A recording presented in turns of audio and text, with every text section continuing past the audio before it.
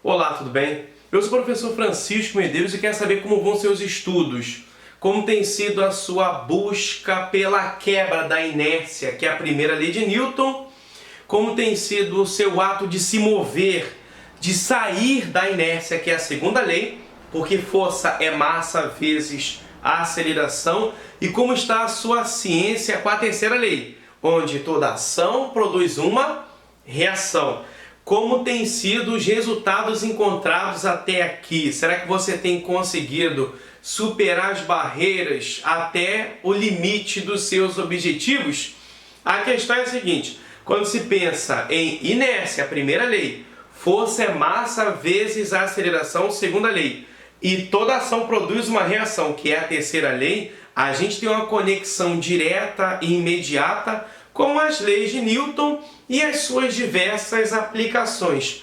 Hoje, a parte de hoje especificamente, quero falar um pouco com você a respeito desses tópicos que já estão separados aqui no quadro. Em primeiro lugar, força elástica. Imagine uma mola, alguém vai esticar a mola. Imagine que a mola ela tenha, por exemplo, 30 centímetros de comprimento. Alguém esticou essa mola, agora ela tem 40 centímetros. Se antes ela tinha 30 centímetros e agora ela tem 40 centímetros, qual é a deformação ΔX? Será necessário subtrair a x final, medida final, menos x inicial, que é a medida inicial. Isso é a deformação de uma mola. A mola, existe mola muito mais rígida do que a outra. A gente vai chamar de K. Essa letra K se chama constante elástica. Então F, a força elástica, é K vezes ΔX. Chamamos isso inclusive de força de Hooke, da lei de Hooke.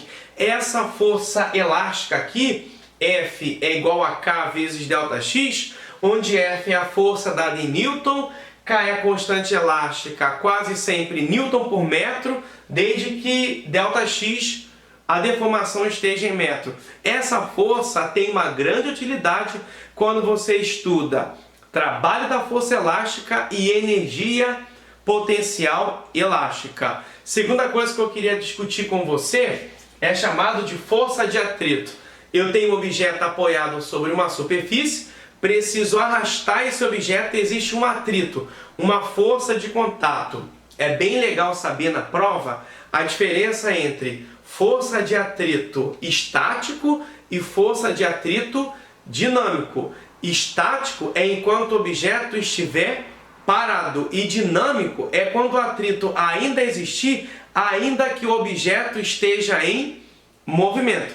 Na maioria dos exercícios, quando ele dá o atrito e o estático, é comum dar um valor só, mas na prática, o coeficiente de atrito estático costuma ser maior do que o coeficiente de atrito dinâmico, que é quando o objeto já estiver em movimento. Ora, é muito mais difícil. O carro, por exemplo, está parado. Então, para você tirar ele do repouso, você vai ter que aplicar uma força muito grande. Depois que houver movimento, o atrito diminui. Imagine de outro modo, se você tem que empurrar uma caixa. Então, se você empurra uma caixa, enquanto ela estiver parada, estática, o atrito é muito grande. Mas depois que já estiver em movimento, aí é atrito dinâmico ou atrito cinético. Fica mais fácil empurrar a caixa depois que ela estiver em movimento.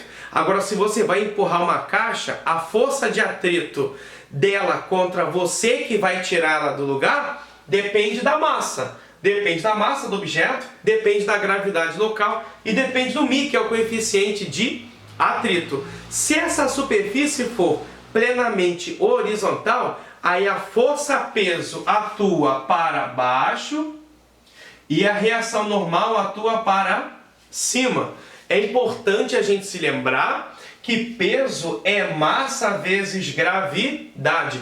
Se a superfície for horizontal, a força de atrito, que é normal vezes μ, normal para cima é igual a peso para baixo, normal substituir por m vezes g. μ é o coeficiente de atrito entre a superfície e o objeto.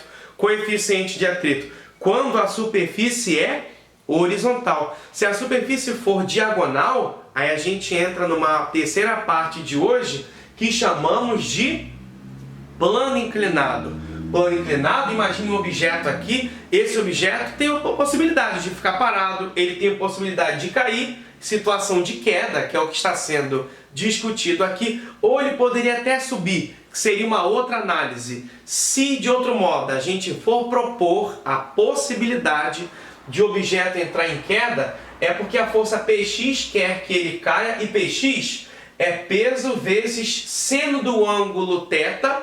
A força de atrito vai tentar segurar essa queda, força de atrito continua sendo normal vezes μ, só que a força peso ela atua para baixo, porque peso é quem? É massa vezes gravidade. A gravidade atua para baixo e tecnicamente dizemos que a gravidade ela tem direção vertical, sentido para baixo, quando na verdade ela atua para o centro da Terra na prática, não é verdade?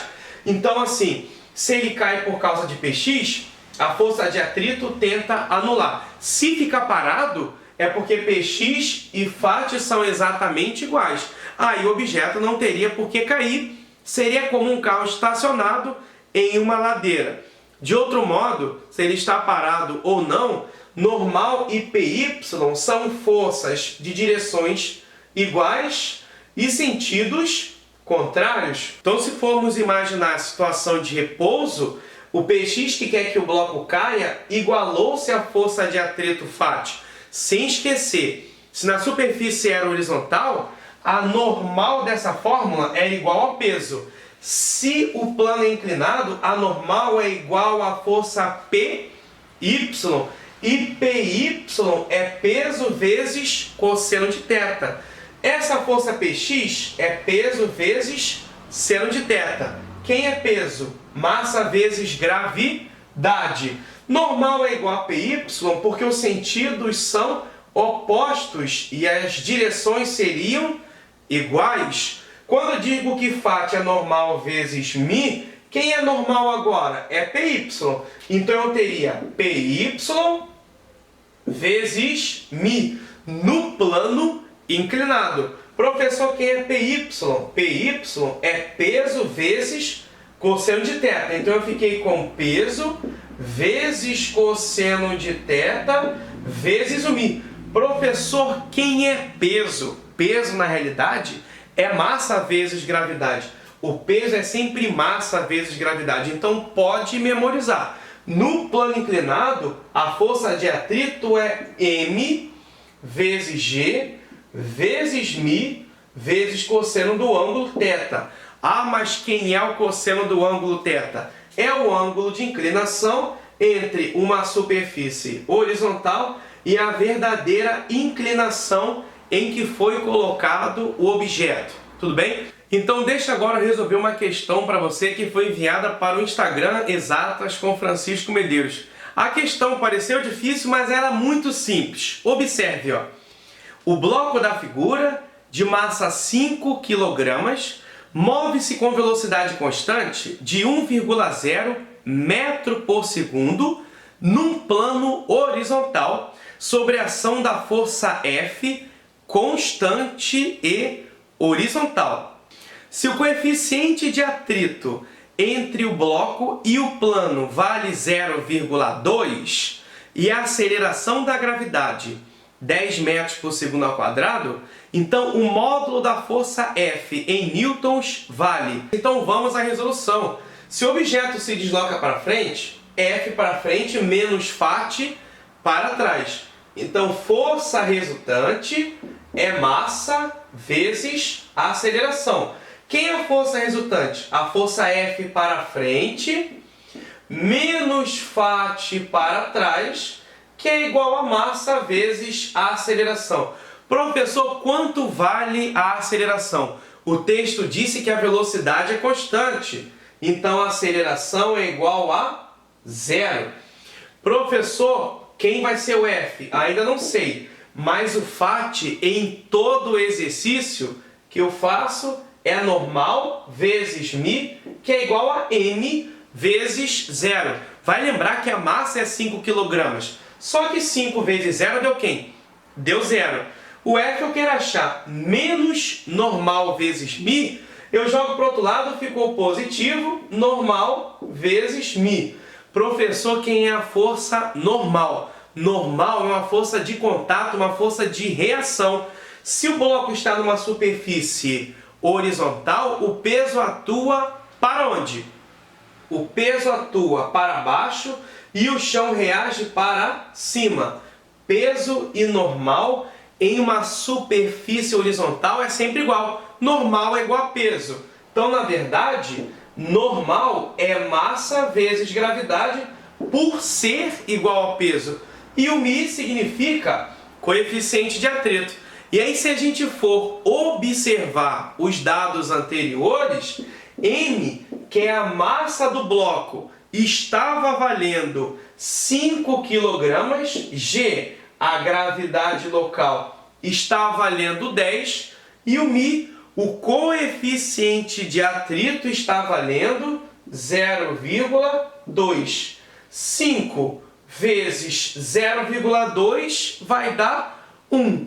Vezes 10, isso vai dar 10 newtons. Espero que esse vídeo tenha colaborado um pouco com os seus estudos. Te desejo muito sucesso, um forte abraço e tchau, tchau!